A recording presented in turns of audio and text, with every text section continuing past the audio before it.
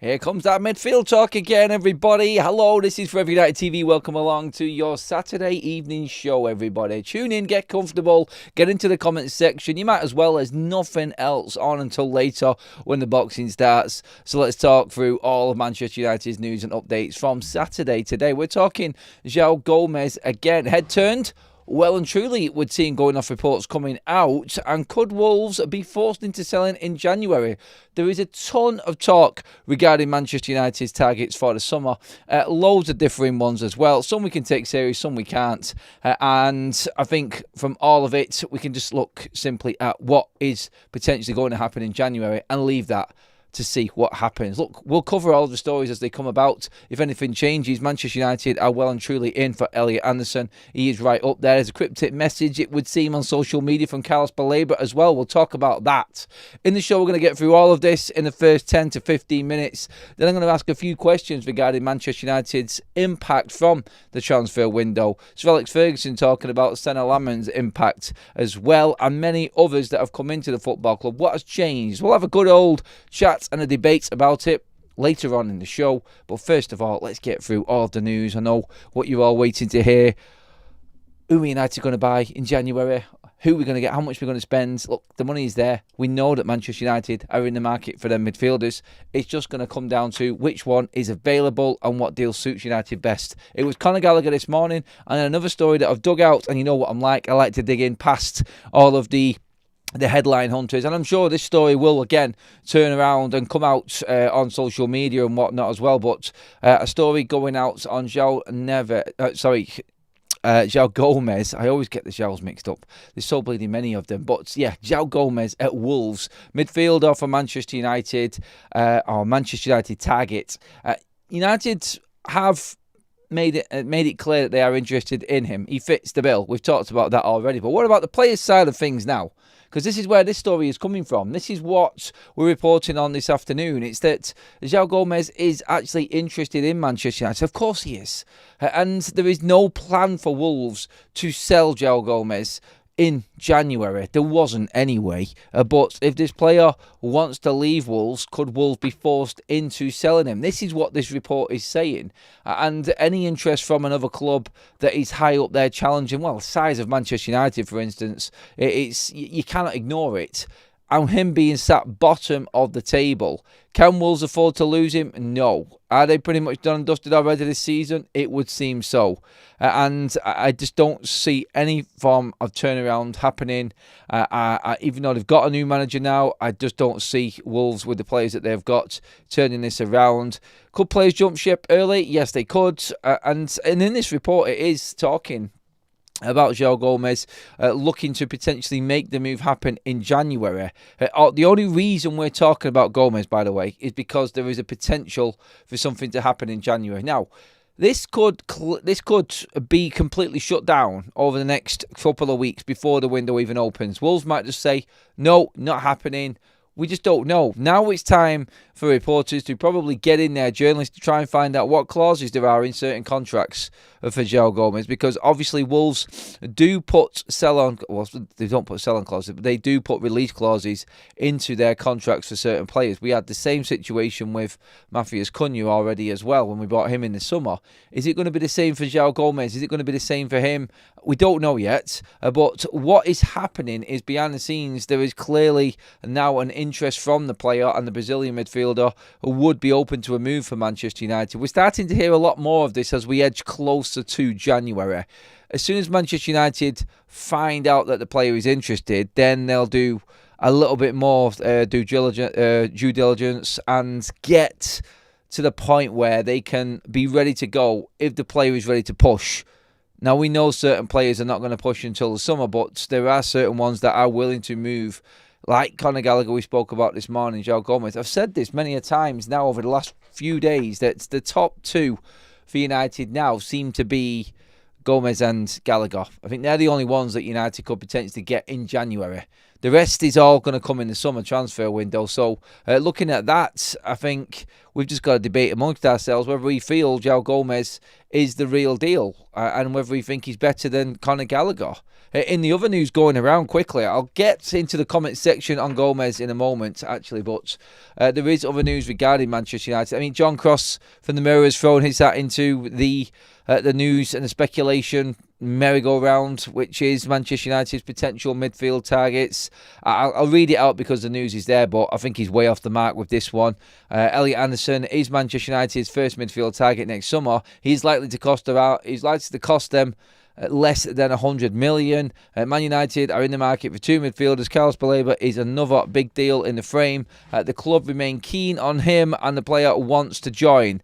John Cross basically jumping onto the back of every other journalist's work this week. Romano, Ben Jacobs, all of them have said this already, all the way through the week. It doesn't really matter what John Cross says, to be honest. It's just the same story all over again. And people are reporting on it. It's interesting how they have not had much traction, and that shows you that this story has been doing the rounds already. Both of these players are only going to be available in the summer, as we know of at the moment. The only chance we've got is potentially Baleba, but still, it is a big ask. And if Brighton just hold out, we're not going to see anyone even attempt this for Manchester United come January. Anyway, that's the news again. Just everyone being, I think everyone really just saying the same things right now and preparing for a big summer. Without Manchester United, again, the news is what it is. It's nothing. So we know where we stand. We know what's happening with the big players. Moving on to the January transfer window again. And this is another story that has just come up as well, which is from Dean Jones Soccer as well, which is talking about the forward option for Manchester United. And again, it's Borussia Dortmund and another player. No, it's not Adeyemi this time. It's bleeding Sergio Guirassy. And now Manchester United will be offered the chance to sign Sergio Guirassy in January. Will we? He's only been there about 18 months. He has a special release clause allowing a number of top clubs to sign him. Guirassy has 58 goals and assists in 65 matches for Dortmund so far. And again, he's one of them players. I mean, Guirassy is... let me just double check Guirassy's age, because I think Guirassy's around about 29. I'm sure he's 29 going on 30, Guirassy, but this is just all of the news that's going around at the moment and all of the speculation firing around. I'll go through this now. I just want to check. Yeah, 29, I was right. I thought he was. But yeah, good goal scoring record. He's only been at the club for a short spell of time. But again, I just don't see Manchester United going out and spending Brewsters on another top striker when we've got Benjamin Sesko. The reports, again, there's more come out today about Benjamin Sesko not being too bad of an injury. And all of the reports are all saying exactly the same thing now. We spoke about that already, but still, I don't see United going out for Guirassy, even if they're offered him. Anyone who you're offered, you're kind of obviously worrying about it in the first place, aren't you? Like, why would you want someone who you haven't really gone out to try and get? Like, why would you all of a sudden, because he's available, go out and get that player? I think that's what we've got to look at in that situation as well. But still, when you break it down, Manchester United potentially could do with another striker. An experienced striker, Guirassy is, but not experienced in the Premier League, which is where I would fully just go, no thank you. Cross that one completely out and walk away, I think is the best thing to do there with Guirassy, because I just don't think that he is at that age. If he'd not made it in the Premier League earlier than the age that he is now, that is, then not for us. We've already got one unproven striker at the club right now who's just finding his feet in the Premier League. We don't need to be buying another one. If it was Guirassy before, without Sesko, you might have looked at that and thought, okay, let's go and find a younger player then to see if we can go with him. But okay, I just don't see it again. I think it's more reports coming out, just hoping that something is true in this and just basically putting two and two together. And I think that's it. There's nothing in that one. So, yeah, with the news on Guirassy, I don't see that one happening. And I don't think Manchester United are in the market for him. I really don't. So, we'll leave that one where it is. The I think the situation with João Gomes and Conor Gallagher are the only ones we should really be taking seriously. Unless someone else jumps out, then I just don't see it. I don't see anyone coming in for any of Manchester United's players apart from who we've spoke about already. And there's still reports, double-checked everything else. All they're saying is that Xerxes and Mainu are not allowed to leave Manchester United. That has not changed. Behind the scenes, we kind of think something different, don't we? But Gomez and Gallagher is what we're sort of closing in on what could potentially happen. And obviously, Manchester United are ready to pounce. If João Gomes says yes, then that might change the Gallagher situation. I think the question is for the live chat right now, actually, is who would you go for? Which one of them two, if you had to pick between them, would you actually prefer in January? Both very, very young, similar age, 25, 24, Premier League experience. I think Gallagher's got more of a goal threat, and that's about it, really, you could say. But I actually do like the way that Gomez plays. I do like him, even though he's been part of a very, very poor Wolves side. Can't put it all on one player, can we? But yeah, I think Gomez is definitely one that Manchester United, as we know, are already watching. There's been several journalists saying this now, and the story tonight about him actually feeling it about Manchester United could tempt him into pushing that move in January. We will see on that one. Gomez all day. First four answers that have come in there in terms of who would you take more, Gallagher or Gomez, there in the comment section straight away. Do get into the comments after the show has finished if you're playing catch up as well, everybody, because I want to know what you think. These two players, are they the right fit for Manchester United for January? Can you see them getting game time when you get to the summer?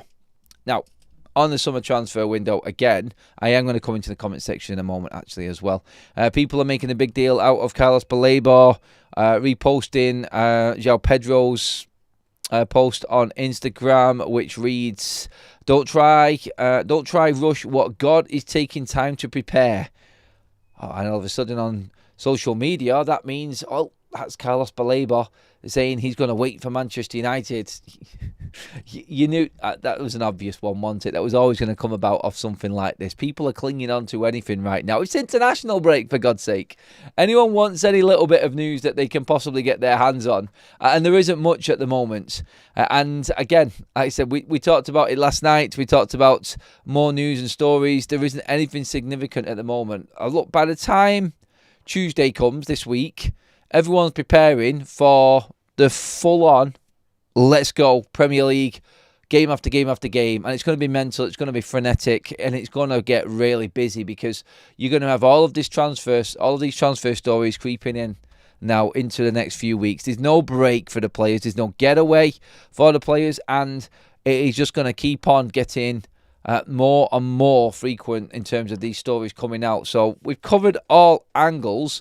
All we're waiting for now is that little breakthrough, something just to come out and say, contact made, this could happen. I think Manchester United are ready to go. I do think they've got something bubbling in January. And like every other Man United fan, I'm intrigued. I'm interested to see which way that goes. And I do think both Gomez and Gallagher are definitely on Man United's list. Look, it doesn't take a rocket science. You don't even have to have any inside knowledge to know that both of these players are going to be hot property in January because they're gettable for every club.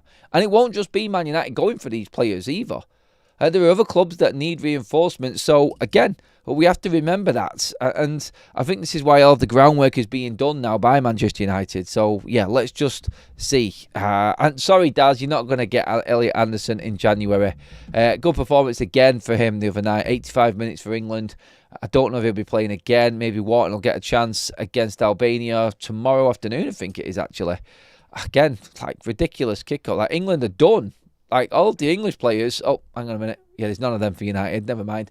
But, yeah, internationals coming back quite early, actually. By the way, did you see Casemiro score for Brazil? The guy just keeps on going. He does, doesn't he? And, again, credit to him. Cunha hit the bar as well. So, our Brazilian contingent is doing all right for Ancelotti. Good win for them against Senegal this afternoon for Brazil, and our players featuring heavily in that win also. So well done, Cunha and Casemiro in their games. Things are moving along quickly. Again, like I said, England are done tomorrow, and then the players are back. They're back on Monday, for God's sake, which is crazy. That is a quick international turnaround. The African club players will be also back by Monday, Tuesday. Their internationals will be done.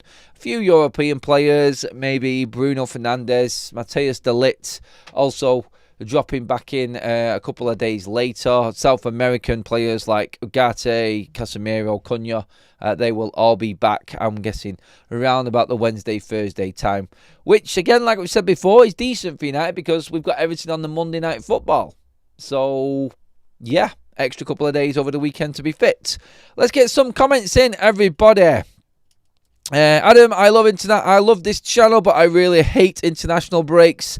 We could possibly sign Jeff and from B&Q.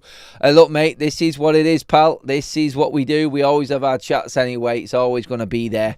And we just got to grin and bear the internationals, buddy. The football will be coming back, and it's going to be rammed down our throats as soon as this week is over, mate. So stick in there, mate. It's coming. It is coming. Manchester United women unfortunately got battered by Manchester City today. One game too many, it would seem. That is a quick turnaround for Man United's women from a big game against PSG on Wednesday night into Saturday lunchtime. Not ideal, but yeah, I'm sure they won't be thanking the WSL for them fixtures. Definitely not. We've been there before, haven't we? Be ambitious and get both of them in January. Gallagher and Gomes on loan with a view to buy. That is ambitious. It is indeed. Most and the majority of people in the chat actually are saying that they would go for Gomes over Conor Gallagher. Interesting. Very interesting. Still people saying that they would not take Carlos Baleba, by the way. James being one of them in the chat there. So, yeah, again, the form is definitely affecting how Manchester United fans are voting for their best player. But I think it could be... Look, again, we're all guessing, and I've said this so many times now as well. Get your thoughts in as well. Do you reckon we could buy 3 midfielders? I think it could be that. I mean, yeah, can I really class Orozco as being a player coming in the summer? He is going to be here in the summer. He's another 18-year-old, so I'm not sure. I think it could be Baleba and Elliot Anderson. It could be. Look, it just don't care. It could be Stiller. Could go back in for him as well. Buadi we've spoken about several times. Gomez, Gallagher. Maybe Gomez is a target for Manchester United in the summer. Look, I know that Gomez is a definite target for Manchester United because I've seen the journalists reporting on this. And they're not journalists who just come out and discuss this willy-nilly just to get some headlines. I think he is a genuine target. United are monitoring the situation. And if the opportunity comes around, I think Manchester United are all over it. I really do. Gomez does not fit at all, says Foot. I think he does. I think he's a good holding midfielder. I think he'll play well for Man United. But again, everyone's got a different opinion on it. Keep them coming in. Give me your thoughts in the live comment section, everybody. Let's see what else we've got in here. Loads of people just dropping in. Hello, if you have just joined us. Get involved in the debate, everybody. Gomez or Gallagher. They seem to be Man United's top 2 targets, or potential targets, let's just call them. Getting into other news as well. We spoke about Benjamin Sesko, everybody, about the injury situation not being bad. We'll wait for full confirmation of what the bleeding injury is, because it seems to be taking a lifetime for us to find out. They're all too keen, Man United, to let us know about most of the other stuff that's positive going on. But with Benjamin Sesko's injury, very, very quiet. And heading into week 2 of the international break, we still have got no idea, except it's not that bad, apparently. We'll see, won't we? Another player who had a horrific knee injury was Lisandro Martinez, and he is definitely back now. We spoke about it the other day, out on international duty with Argentina, not playing but training, and full first-team training as well. He will be back this week from internationals and ready to go. Does he come into Manchester United's side? He would have been training and working on the system like everybody else. Lots of people have continuously told me here in the live chats on all of the shows that Lisandro Martinez can step forward into that midfield role. He can do the midfield role. Well, there is obviously one of the centre-backs, that does step forward and fills that void when the midfielders do go forward. Lisandro Martinez is probably the best suited to that role. Now, where I've said don't put Lisandro into the midfield, I'm also very aware that he can drop in there, or move up into that midfield role from defence. And I think that's what's going to happen. I think that's why Ruben wants him back. He knows he's key to him going forward, and he knows that he's going to need Lisandro because he hasn't got anybody else who plays like Lisandro Martinez in that back line. Like, De Ligt is aggressive, yes, but I think Lisandro Martinez is just better on the ball. I think he's probably one of our better ball-playing centre-backs at the football club at the moment. So, I think that's probably where we're looking at it and what we're looking at. There is a change in this international break for the next year, right? Not this one. This November international break will stay the same for next year. But the international break does change next season. So, just to go over it again in case you weren't aware, we won't be going through 3 international breaks next season. We'll be going through 2 at the start of the season. There is a delayed start to internationals next season. They start on the 21st of September, and that will then run for 4 games. 4 international games. So you could expect 2 full weekends of pure international football. So effectively, a 3-week break for internationals is what we're getting next season. So they're combining the September and October internationals, moving it to September 21st. So if anything, we get a bigger start to the season. So we'll probably get, what would that be, approximately 6 to 7 games into the season before the first international break. Now, it's normally 3 games. End of August, you're into the international straight after transfer window closes. Not next season. There's another 3, near enough 4 weeks of football before the internationals start. So that's good in a way. We get all September near enough, and there is no start and then stop to the season. That's a pain in the ass, that one, isn't it? That first one, because you're dead excited. The new players are in. The window's shut. The season's just started. Bang! International football's back. God, I know. So it's then going to be the 21st. So yeah, just I was well aware of that because, like the comment said before, I despise international breaks. Honestly, they do my head in. I'm sat here and I'm happy and I'm talking to you guys, but deep down, I'm like, I hate the fact that we don't have football. Honestly, the weekends are horrible when there's no domestic football, but the weekend is halfway through. And then next weekend, yay! That's it. Internationals are over and it's full steam ahead into the new year, and a big chance for Manchester United with the games that we've got coming up. Huge couple of months for Ruben Amorim and the boys. Roddy with a super chat says, Gomez in Jan, Anderson in the summer. I think that's quite sensible, mate. I think that's very sensible, Tom. Sorry, Rodders. It's Tom who's just dropped a membership in, so thank you for that as well, matey. Gomez is younger, is currently starting week in, week out in the Premier League and plays in the same system. It cannot get more perfect, says a random guy. That's fair enough. And yes, that's exactly what my response was to the guy who said he doesn't fit earlier on. He does. He's perfect holding midfielder for Manchester United right now. And Vitor Pereira did play the same system as Ruben Amorim. Now, obviously, Vitor is gone. And it's going to change again, but come on, like, this guy knows the system inside and out. And then you've got the obvious Brazilian link-up. You could have 2 Brazilians in midfield at one point now if you drop Bruno Fernandes out of the side. Casemiro and Gomez. It's a lot more secure. Then you've got Cunha in there as well. We're bringing the best of the South Americans into Manchester.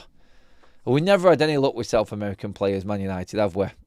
We haven't, let's be honest. Not like other clubs do, but I'm hoping that this is going to change with Cunha because I think he is the one, obviously, that's I think has got the potential anyway.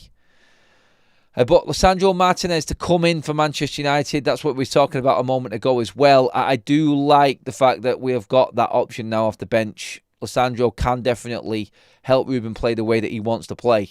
I feel he is the one centre-back that he would play week in, week out if he could. And again, you're asking the question then, who drops out? We've already made the point for Luke Shaw continuously playing and staying fit and always at it.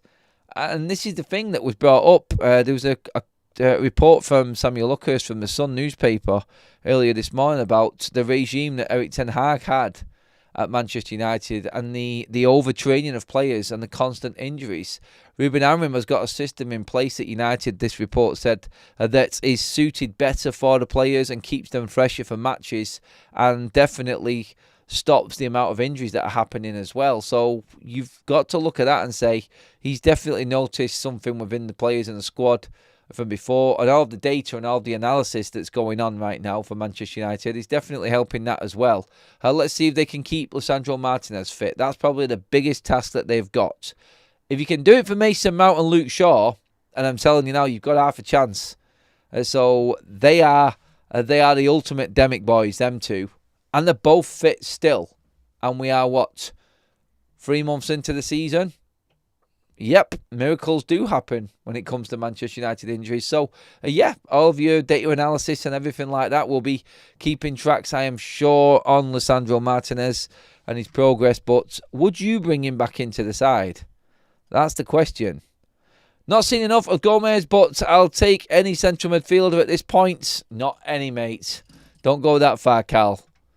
Anderson fee will double. When will it double, Deborah?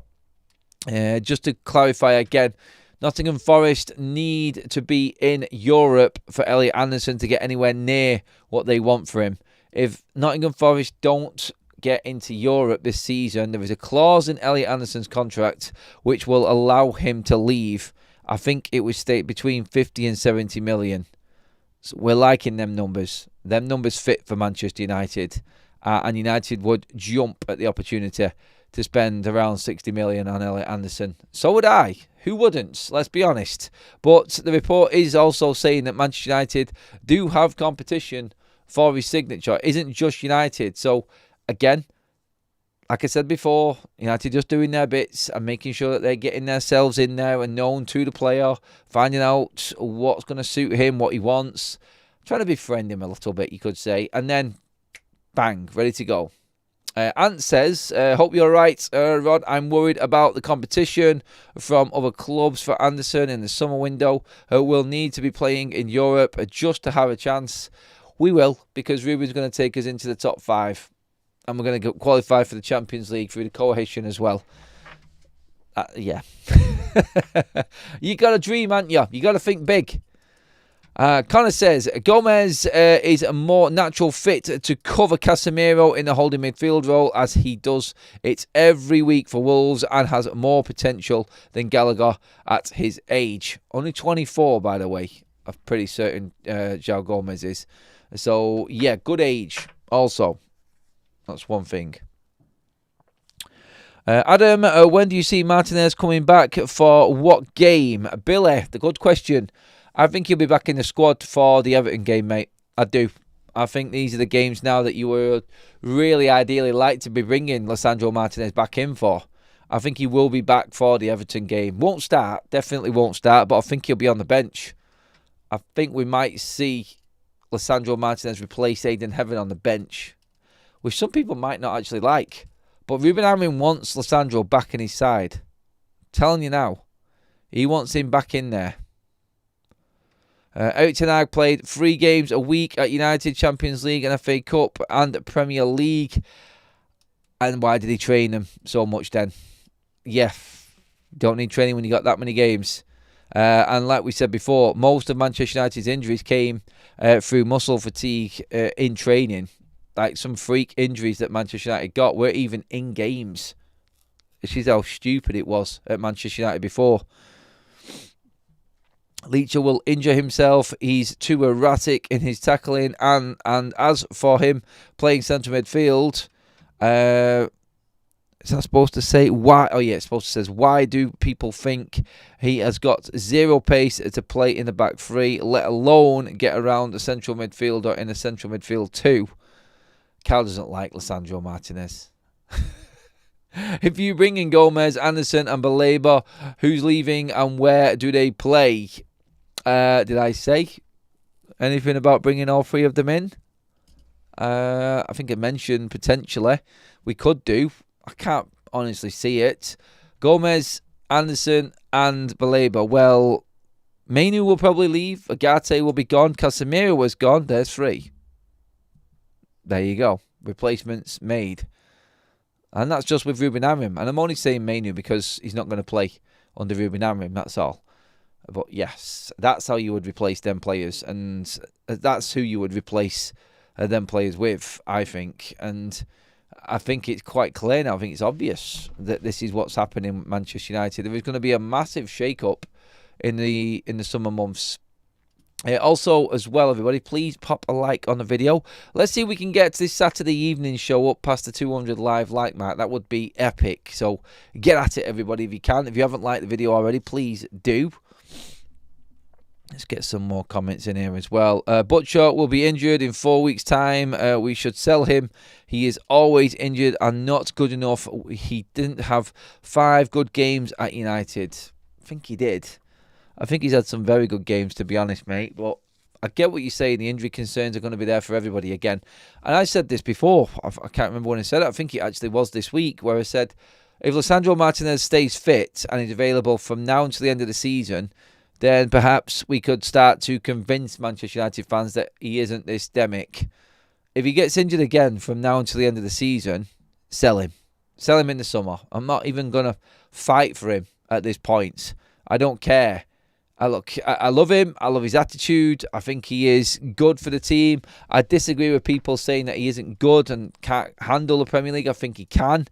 I just don't like the injury situation with him, and that's my biggest issue with Lisandro Martinez. I just don't think he is ever fit enough, and that's been his problem in every season he's been here.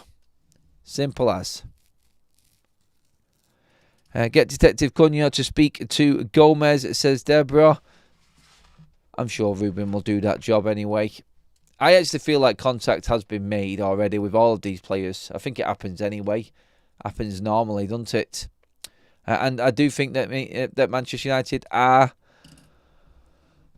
ready to go. I really do. I'm excited to see what January brings. There's a lot of games to be played, though, before we get to January. And Sir Alex Ferguson has been talking. He says United are getting better. He's also talked about Senna Lamens. Only had a few games, but he has really, really impressed Sir Alex Ferguson. So, again, the boss has commented and he is with us. We're all on board with Senna Lamens. Here's a question for you, actually. Who has made the biggest impact out of the Manchester United signings so far? I know it's an obvious one when you look at Mbumo, but the fact that Senna Lamens has come in and bang on the first game, and since that first game, Man United are unbeaten. Is it as simple as Senna Lamens has had the single most impactful start to his Manchester United career? Like, is it him? He has made so much of a difference. It's like, I still remember doing the video on Senna Lamens when he first came in and bigging him up after his Sunderland performance, and everyone's like, steady on, Adam, calm down. It's only one game. Yes, I know, it's only one game. And I still seen a lot in that game which gave me a lot of confidence. Then we went on and beat Liverpool and we beat Brighton. And then he's made some good saves in the Forest and the Tottenham games as well. And United's still unbeaten while Senna Lamens is playing. I'd actually say Senna Lamens has had a bigger impact than Brian Mbumo. You could argue that point. Look, I love Brian Mbumo. I think he's been immense for United. And I think without him, I think we're done. Which worries me for AFCON, obviously. And I'm hoping someone can step forward. I'm hoping Matthias Cunha's form picks up by the time Brian Mbumo leaves. I did say this morning, though, that watching Cameroon, seeing how they're performing at the moment, I don't think we've got too much to worry about Cameroon going far in that tournament. So we might get him back quite quickly, which would be good, be very good. So, yeah, I do believe that he is our most important player right now. He's our talisman. But Senna Lamans has been absolutely immense for Manchester United. I've been so impressed with him, and I think he has to go down as probably the most impactful new signing out of all of them. In terms of the games that he's played, he's not lost yet. Not many Man United players in that squad can say that they haven't lost a game yet for the football club. Senna Lamans can. I know he's only played 5, and there's big games coming up for him. But still, that is a title I would like to continue, and hopefully he gets to a decent score when it comes to the amount of games he's gone unbeaten anyway. But yes, I did want to talk about Shea Lacey this morning, but I forgot with everything else that we was talking about around Conor Gallagher. But Shea Lacey getting his first international goal for England under 20s. Again, talking about him and the step up that he could make when the likes of Mbeumo leaves for AFCON. Could play a big part for Manchester United coming up in the next couple of months. And hopefully he does, because Ruben Amorim is not for bringing players through willy-nilly. And you know I'm a big pusher for the academy at Manchester United. And I'll always talk about the fact that United are making these players come in and train. And he's basically finding out what players have got the necessary characteristics to play for the first team. Chido was back in Manchester United first team training, according to Sully, this week as well. He was chuffed to bits to be back in and at it. It is quite normal, though. We're not getting carried away with international break players from the academy coming in, because that is just the norm around Manchester United, because obviously there are a few players missing from the first team on internationals, so they bring through quite a lot of the academy players as well. So yeah, Chido coming through was expected. Shea Lacey is in and out of Manchester United's first 11 continuously. Ruben Amorim will only bring players through that are ready to go, and he is the only one right now that is ready to make that step, it would seem, going off the amount of time that he has been with Ruben and the first team in training, that is. So yes, Shea Lacey again, first goal for the under-20s, brilliant for him. He's having a great season so far. I do think this is going to be his breakthrough season at Manchester United. No thought of Shea Lacey going out on loan now, unlike the other under-21 players we've spoken about. Sekou Kone, obviously you're looking at the likes of the likes of Biancheri going out on loan. Obviously Musa also going out on loan. So yeah, lots of movements within Man United's academy, but Shea Lacey looks like he's moving in one direction, and that's to the bench on Manchester United's matchday squads. I think that is coming now. I've seen a few people talking about goals. And Rodders has said there in the chat, 20 goals for Mbeumo this season. How many goals do you reckon Bryan Mbeumo will score this season, everybody? What are we saying? How many is he getting? I'm going to go... I think he'll get 23 goals in all competitions. That's my bet. What are we saying, people? Get into the chat. Also, please make sure that you do hit that like button, everybody. Talk to me about Bryan Mbeumo, please, everybody. How many goals will he get for Man United? I'm going to go 23, and that's with AFCON kicking in as well. I don't think he'll last long at AFCON, and I think he'll be back.